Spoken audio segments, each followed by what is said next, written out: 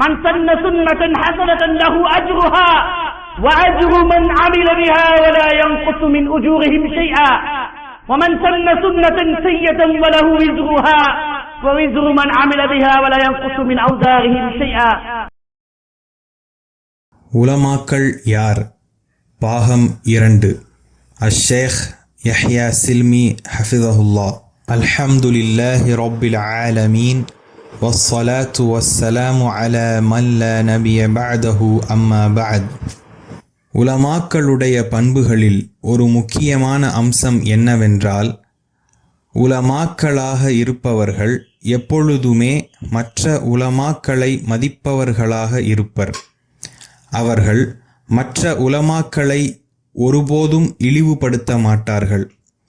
அந்த உலமாக்களின் பட்டியலில் முதலிடத்தில் இருப்பவர்கள் ரசூலுல்லாஹ் ஸல்லல்லாஹு அலைஹி வஸல்லம் அவர்களின் மாணவர்களான சஹாபாக்கள் ஆவர். அவர்கள்தான் இந்த உம்மத்தை நபி வழியில் சீராக வழிநடத்திய சிறந்த உலமாக்கள் ஆவர். இன்று தங்களை உலமாக்கள் என்று கூறிக்கொள்பவர்களோ அந்த சஹாபாக்களை விமர்சிக்க துணிந்துவிட்டனர். அந்த சஹாபாக்கள் மார்க்கத்தை நம்மை விடவும் சிறப்பாக விளங்கவில்லை என்று அவர்களை மட்டந்தட்டுகின்றனர். நிச்சயமாக ரசூலுல்லாஹ் ஸல்லல்லாஹு அலைஹி வஸல்லம் அவர்களின் மாணவர்கள் உலமாக்களாக இருப்பதற்கு தகுதியில்லை என்றால் அவர்களுக்கு பின் உலகில் யாருமே உலமாக்களாக இருப்பதற்கு தகுதியானவர்கள் அல்ல. அந்த சஹாபாக்களின் சமூகம் நபிகளாரிடமிருந்து நேரடியே குர்ஆனையும் சுன்னாவையும் கற்றுக்கொண்டார்கள். அந்த சமூகம்தான் இறக்கப்பட்ட வஹியை முதலில் நடைமுறைப்படுத்திய சமூகமாகும். அல்லாஹ் சுப்ஹானஹு வ தஆலா 7 வானத்தின் மேலிருந்து நற்சான்றளித்த சமூகம்தான் சஹாபாக்களின் சமூகம். அந்த சமூகம் ஈமான் கொண்டது போன்று மற்ற மனிதர்களும் ஈமான் கொள்வதுதான் நேர்வழியை அடைவதற்கான நிபந்தனை என்று அல்லாஹ் அல் குர்ஆனில் கூறிவிட்டான். அந்த சஹாபாக்களின் சமூகத்தில் தனிச்சிறப்பும் அந்தஸ்தும் பெற்றவர்கள் இருந்தனர். அவர்களில் குர்ஆனுக்கு விளக்கம் கூறுபவர்களும் அதுபோன்று மற்ற அம்சங்களிலும் தனிச்சிறப்புகளை கொண்ட சஹாபாக்கள் இருந்தனர். வரலாற்றில் எழுதப்பட்ட நூல்களில் சஹாபாக்களின் சிறப்புகளை கூறுவதற்கே பல நூல்களின் பக்கங்கள் நிறைந்துவிட்டன. இப்படியான தன்மைகளுடைய சஹாபாக்கள் உலமாக்களாக இருப்பதற்கு தகுதியில்லை என்று கூறுவது எந்த ஆலிமிற்கும் இருக்கக்கூடாத பண்பாகும். உலமாக்களாக இருப்பவர்கள் ரசூலுல்லாவின் மாணவர்களான சஹாபாக்களின் அடிச்சுவட்டை பின்பற்றுபவர்களாகவும் அவர்களின் கல்வியை கையாள்பவர்களாகவும் அதனை நடைமுறைப்படுத்துபவர்களாகவும் இருப்பர். இதுவே உலமாக்களிடம் இருக்க வேண்டிய முதல் முக்கிய அடிப்படையான பண்பாகும். ஒரு மனிதன் இமாம் அல்லது ஆலிம் என்று சொல்லப்படுவதற்கு அவரிடம் எவ்வாறான அடையாளங்கள் இருக்க வேண்டும் என்பதை நாம் அறிந்து கொள்ள வேண்டும். ஒரு சாதாரண பொது மனிதன் ஒருவரை பார்த்து இவர் ஒரு ஆலிம் என்று முடிவெடுக்க முடியும் என்றால் அப்போது அந்த ஆலிமை விடவும் அவர் அதிகமான கல்வி பெற்றவராக இருக்க வேண்டும். அப்போதுதான் ஆலிமாக இருப்பவர் கற்றிருக்கும் நூல்களும் அவர் கையாளுகின்ற அடிப்படைகளும் அவர் கொண்டுள்ள கொள்கையும் சரியானதென்று முடிவு செய்ய முடியும். ஒருவரை ஆலிம் என்று முடிவு செய்கின்ற பொதுமக்கள் அந்த ஆலிமை விடவும் சிறந்த உலமாக்கள் என்றுதான் சொல்ல வேண்டும். உலகிலுள்ள அனைத்து கல்விகளுக்கும் ஒரு வழிமுறையை நாம் பின்பற்றுகிறோம். உதாரணத்திற்கு, ஒருவரை மருத்துவர் என்று ஒரு சாதாரண பொது மனிதன் முடிவு செய்வதில்லை. மாறாக மருத்துவத்துறையிலும் அதன் கல்வியிலும் தரமாக இருப்பவர்கள் அவர்களுக்கு கீழ் மருத்துவக் கல்வியை பயின்ற ஒருவருக்கு டாக்டர் என்ற பட்டத்தை கொடுக்கின்றார்கள்.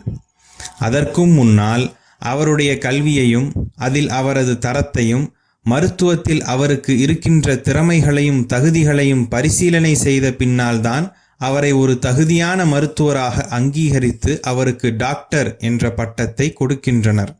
இதன் மூலம்தான் மக்கள் அவரை ஒரு மருத்துவராக ஏற்றுக்கொள்கின்றனர்.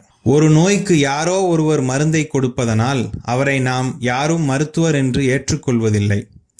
நாம் வாழும் சமூகத்தில் ஒரு நோயை குணப்படுத்துவதற்கு ஒவ்வொருவரும் ஒவ்வொரு மருந்தை கூறுகிறார்கள் என்று வைத்துக்கொள்வோம். இந்த நிலையில் அந்த மருந்துகளை பரிந்துரைக்கும் அனைவரும் மருத்துவர்கள்தான் என யாரேனும் ஏற்றுக்கொள்வார்களா? நிச்சயமாக இவர்களிடம் யாரும் நம்பிக்கையுடன் திருப்தியுடன் சென்று மருத்துவம் செய்வதற்கு விரும்ப மாட்டார்கள். உலக காரியங்களில் இதனை நாம் அனைவரும் நன்கு அறிந்து வைத்துள்ளோம். உலக காரியங்களுக்கு மக்கள் அதற்குரிய அந்தஸ்தை சரியாக கொடுத்து அதற்குரிய வழிமுறையை அனைவரும் தவறாமல் பின்பற்றுகின்றனர். ஆனால் மார்க்க விஷயங்களில் அதனை கைவிடுகின்றனர். இதன் காரணமாகவே அன்னாரும் இன்னாரும் உலமாக்களாக மாறிவிடுகின்றனர். உலகில் வாழுகின்ற உண்மையான உலமாக்களிடத்தில் மக்களை ஏமாற்றும் இந்த அபூர்வமான உலமாக்கள் அறியப்படாதவர்களாகவே உள்ளனர். அது மட்டுமின்றி தான் தோன்றித்தனமாக முளைக்கும் இவர்கள் உலகிலுள்ள மற்ற உலமாக்களுடன் தொடர்புகளை வைத்துக் கொள்வதும் இல்லை, அதனை அவசியமானதாக கருதுவதும் இல்லை.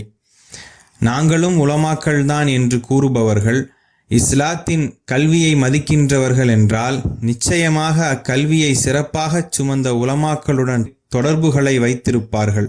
அதேபோன்று மற்ற உலமாக்களிடத்தில் அறிமுகமானவர்களாகவும் அவர்கள் இருப்பார்கள். தனக்குத்தானே பட்டம் வைத்து கொண்டவர்களை உலமாக்கள் அறிந்திருக்க வாய்ப்பில்லை என்பதில் ஆச்சரியமில்லை. இதுதான் இன்று மார்க்கம் அடைந்திருக்கும் நிலையாகும். உலக காரியங்களில் யார் எதற்கு தகுதியானவராக இருக்கிறார் என்பதை அறிந்து தகுதியுடையவர்கள் அடையாளம் காணப்படுகின்றனர். ஆனால் இக்கவனிப்பு மார்க்கத்திற்கு வழங்கப்படாதது ஏன்? அல்லாஹ் சுப்ஹானஹு வ தஆலா இறக்கி வைத்த அவனது மார்க்கத்திற்கு ஒரு மதிப்பு இருக்க வேண்டாமா? யார் வந்து எதை சொன்னாலும் அதை மார்க்கமாகிவிடுமா? இவ்வாறு மார்க்கத்தினை சொல்ல வருபவர்கள் அல் குர்ஆனையும் சுன்னாவையும் சரியாக விளங்கியவர்கள் என்பதற்கு யார் சான்றளிப்பது? ஒருவர் அல் குர்ஆனை வாசித்து அதற்கு ஒரு விளக்கத்தை கொடுத்தவுடன் அவர் ஒரு முஃபஸ்ஸிராகி குர்ஆனின் விரிவுரையாளராகி விடுவாரா? அவர் கொடுக்கின்ற விளக்கங்கள் சரியானதா அல்லது தவறானதா என்பதை யார் முடிவு செய்வது? இன்று அல் குர்ஆனிற்கு பலர் கொடுக்கின்ற விளக்கங்களை கவனிக்கையில் அவ்விளக்கங்களை அவர்கள் எங்கிருந்து பெற்றார்கள் என்பது தெரியவில்லை. அவர்கள் கொடுக்கின்ற விளக்கங்களை வரலாற்றில் எந்த ஒரு முஃபஸ்ஸிரீன்களும் கொடுத்ததில்லை. அதே போன்று அவர்கள் யாரிடத்தில் அல் குர்ஆனின் கல்வியை கற்றார்கள் என்பதும் அறியப்படவில்லை. இத்தகைய தன்மையுள்ளவர்களை அல் குர்ஆனிற்கு விளக்கம் கூற தகுதியானவர்கள் என நாம் கூற முடியுமா? இஸ்லாமிய வரலாற்றில் யாரெல்லாம் அல் குர்ஆனிற்கு தங்களின் தனி விளக்கங்களை கொடுக்க முன்வந்தார்களோ அத்தகையவர்களின் விளக்கங்களை கவனித்த கல்வியை சுமந்தவர்களில் எவரும் அதனை கல்வியுடன் தொடர்புள்ள விளக்கமாக கருதியதில்லை. மாறாக அதனை உலமாக்கள் கண்டபோதெல்லாம் அதற்கு மறுப்பும் விமர்சனமும் செய்தார்கள். இன்னொரு விதமாகச் சொன்னால் அத்தகைய விளக்கங்களை பொதுமக்கள் தான் சிறப்பான விளக்கமாக கருதினார்கள். அந்த கருத்துக்கள் பொதுமக்கள் மத்தியில் பரவலாக காணப்பட்டதன் காரணமாக குஃபுரையும் ஷிர்கையும் வழிகேடுகளையும் முழுவதுமாக கொண்ட நூல்களெல்லாம் சமூகத்தில் சிறப்பான நூல்களாகவும் சிறப்பான தஃப்சீர்களாகவும் மதிக்கப்படுகின்றன. இதனால் இஸ்லாமிய உம்மத்தினுள் நூல்கள் மூலம் வழிகேடுகளை பரப்பிவிட்ட வழிகேடர்களுக்கு உலமாக்கல் என்ற பட்டம் கொடுக்கப்பட்டது. சையது குதுப், மௌதூதி, அஷ்ரஃப் அலி தானவி, ஜக்கரியா காந்தலவி, முகமது ஷஃபி அல் முஃப்தி போன்றவர்கள் அல் குர்ஆனிற்கு விளக்கம் கொடுத்தவர்கள்தான். இவர்கள் தஃப்சீரின் பெயரில் தங்களின் கெட்டிக்காரத்தனத்தை காட்டினார்கள். ஆனால் இவர்களின் விளக்கங்களை கண்ட அனைத்து சுன்னாவின் உலமாக்களும் இவர்களை விமர்சிக்காமல் விட்டுவிடவில்லை. இந்த வழிகெட்ட உலமாக்களை பிதுஅத்வாதிகள் என்றும் உம்மத்தினுள் வழிகேடுகளை புகுத்தியவர்கள் என்றும் கல்வியை முறைதவறி கையாண்டவர்கள் என்றும் இஸ்லாத்தின் எதிரிகள் என்றும் விமர்சித்து இந்த உம்மத்திற்கு அவர்களை பற்றியும் அவர்களின் நூல்களை பற்றியும் சுன்னாவின் உலமாக்கள் எச்சரித்தார்கள். மறுபுறம் அவ்வழிகெட்ட தலைவர்களின் அடிவருடிகளாக இருந்தவர்கள் உலமாக்கள் எந்த நூல்கள் வழிகேட்டை வளர்க்கும் என்று எச்சரித்தார்களோ அந்த நூல்களை எல்லாம் சிறப்பான நூல்களாக முஸ்லிம் உம்மத்திற்கு முன்னால் எடுத்து காட்டினார்கள். அதன் விளைவாக இந்த உம்மத்தில் ஒவ்வொரு கூட்டத்தினரும் மௌதூதியின் விளக்கம் சிறப்பான விளக்கம் என்றும் சையது குத்துபின் பாதை சிறப்பான பாதை என்றும் பி ஜெய்னுல் ஆபிதீனுடைய கருத்து சிறந்த கருத்தென்றும் கூற ஆரம்பித்து விட்டனர். இவர்கள் பொதுமக்களிடத்தில் சிறப்பை பெற்று கொண்டனர். அவ்வாறு சிறப்பை பெற்று கொண்ட போதிலும் கல்வியை சுமந்த உலமாக்களிடத்தில் இவர்களுக்கு எந்த மதிப்பையும் அது பெற்றுத்தரவில்லை. கல்வியை சுமந்த உலமாக்களில் குறிப்பாக அரபு உலமாக்களின் கைகளில் அந்நூல்கள் கிடைத்த போது அந்நூல்களிலுள்ள நச்சு கருத்துக்களையும் வழிகெட்ட கொள்கைகளையும் அவதானித்து அவற்றை வாசிப்பது முஸ்லிம்களை வழிகேட்டின்பால் இட்டுச் செல்லும் என தீர்ப்பளித்தனர். அவ்வாறிருக்க உலமாக்கள் வழிகேடென்று தீர்ப்பளித்தவற்றை நாம் எப்படி சிறப்பென்று சொல்வது? அல்லது உலமாக்கள் வழிகேடர்கள் என்று தீர்ப்பளித்தவர்களை நாம் எப்படி சிறந்தவர்கள் என்று சொல்வது? இஸ்லாமிய உம்மத்தில் இவ்வாறான வழிகேடுகளும் வளருவதன் அடிப்படை காரணங்களில் ஒன்றுதான் முஸ்லிம் சமூகம் இனிப்பையும் கசப்பையும் பிரித்து காண தெரியாத நிலையில் இருப்பதாகும். அதனை அறிந்திருந்தால் நிச்சயமாக முஸ்லிம் சமூகம் வழிகேடான விஷயத்தை பார்த்து சிறப்பென்று ஒருபோதும் சொல்லாது. வழிகேட்டை பார்த்து சிறப்பென்று சொல்பவர்கள் மடையர்களாகத்தான் இருக்க வேண்டும். அவர்களிடத்தில் கல்வி இருப்பதற்கு வாய்ப்பில்லை. அப்படிப்பட்ட ஒரு மடையராக இருப்பவர் ஆலிம் என்ற பெயரில் நடமாடுவதால் அவரை நாம் ஆலிம் என்றும் பிரச்சாரம் செய்ய தகுதியானவர் என்றும் கூற முடியுமா? வைத்தியர்கள் விஷம் என்று கூறுவதை பொதுமக்கள் மருந்தென்று சொன்னால் நாம் யாரின் கூற்றை சரிகாண்பது? அப்படி பொதுமக்கள் கூறுவதை ஏற்றுக்கொண்டால் நமது நிலை என்னவாகும்? இந்த நிலைதான் இன்று இஸ்லாத்திற்கு ஏற்பட்டிருக்கிறது. அதாவது எந்த கொள்கைகளை உலமாக்கள் குஃபுர் என்றும் ஷிர்க் என்றும் விஷம் என்றும் கூறினார்களோ அவ்வழிகெட்ட கொள்கைகளை பொதுமக்கள் சிறப்பென கருதி அதனை தாங்களும் பின்பற்றி மற்றவர்களும் வழிகாட்ட முன்வந்துவிட்டனர். அதன் மூலம் நாடுகளிலும் வீடுகளிலும் வழிகெட்ட நூல்களை அறிமுகப்படுத்தி அதன் விளைவாக வழிகெட்ட கொள்கைகளை பூமியெங்கும் பரப்பிவிட்டனர். இது போன்ற ஆபத்துக்களை நாம் அடையாளம் காண்பதற்கு உலமாக்கல் பற்றிய உண்மைகளை நாம் அறிந்திருப்பது அவசியமாகும். இந்த உம்மத்தின் உண்மையான உலமாக்கள் ஒருபோதும் சஹாபாக்களின் பாதையை தவிர்த்துவிட்டு வேறொரு பாதையை தேர்வு செய்ய மாட்டார்கள். மார்க்கத்தின் எந்த ஒரு விஷயத்திலும் சஹாபாக்களின் வழிமுறையை தவிர்த்து கொள்ள மாட்டார்கள். நிச்சயமாக சஹாபாக்களின் பாதையை தவிர்த்து கொண்டவர்கள் உலமாக்களாக இருப்பதற்கு தகுதியானவர்கள் அல்ல. அத்தகையவர்கள் மார்க்கம் என்ற பெயரில் விஷத்தை குடித்திருப்பதனால் அதனுடைய தாக்கத்தின் விளைவாக அவர்கள் உலமாக்களின் அந்தஸ்தை அடைவதற்கு வாய்ப்பில்லை.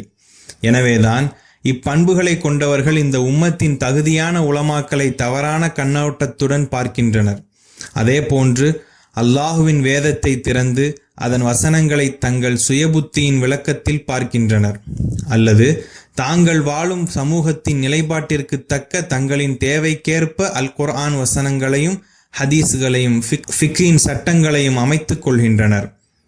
மக்கள் அதிருப்தி அடையாதவாறு அதன் விளக்கங்களை கூறுகின்றனர். எனவேதான் அவர்கள் சஹாபாக்களின் விளக்கத்தை கையாளத் தெரியாதவர்களாக இருக்கின்றனர். உலமாக்கள் என்பவர்கள் வானத்திலிருந்து உலமாக்களாக இறங்குபவர்கள் அல்ல.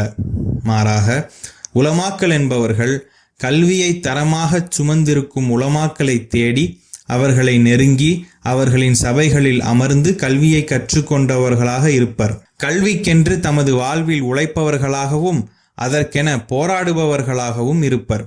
இப்பண்புகளை கொண்டவர்களையே உலமாக்களின் பாதையில் செல்பவர்கள் என்று கூற முடியும். இவர்கள்தான் அல்லாஹுவின் அருள் பெற்ற உலமாக்களாக மாறுவர். இன்னும் இவர்கள்தான் கல்வி எனும் பாக்கியத்தையும் பெற்றுக்கொண்டவர்கள்.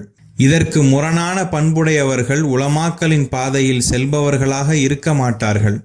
ஏனெனில் அத்தகையவர்கள் கல்வியை தேடுவதில்லை, உலமாக்களின் சபைகளில் அமர்வதில்லை, அந்த உலமாக்களின் கைகளினால் ஒரு நூலை கூட கற்று தேர்ச்சி பெறவில்லை.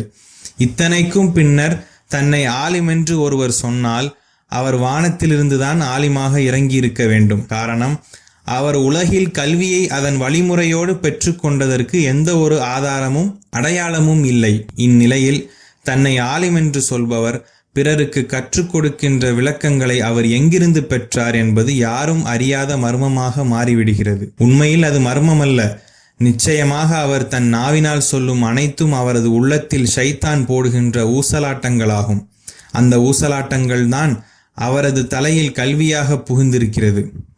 இதன் காரணமாக அவர் அல் குர்ஆனை வாசிக்கும் பொழுது அவருடைய சிந்தனையில் தோன்றுவதெல்லாம் அதன் விளக்கங்களாகி விடுகிறது. இதே மனநிலையில் அவர் ஹதீஸ்களை வாசித்து எடுக்கின்ற தீர்ப்புகள் மார்க்கத்தின் அடிப்படைகளாக மாறிவிடுகிறது. அவர் ஃபிக்ஹில் கூறும் சட்டங்கள் ஷரியத்தாகி விடுகிறது. மொத்தத்தில் அவரது நாவிலிருந்து வருவதெல்லாம் மனிதர்கள் பின்பற்றும் மார்க்கமாகி விடுகிறது. இந்த அவல நிலை நமது சமூகத்தில் சாதாரணமான ஒன்றாக மாறிவிட்டது. அந்நிலைக்கு முக்கிய காரணமாக இருப்பது முஸ்லிம் சமூகம் உலமாக்கல் யார் என்பதை அறியாமல் இருப்பதும், தகுதியின்றி பிரச்சாரம் செய்பவர்களுக்கு சமூகத்தில் இடத்தையும் அந்தஸ்தையும் கொடுத்து விடுவதும் ஆகும்.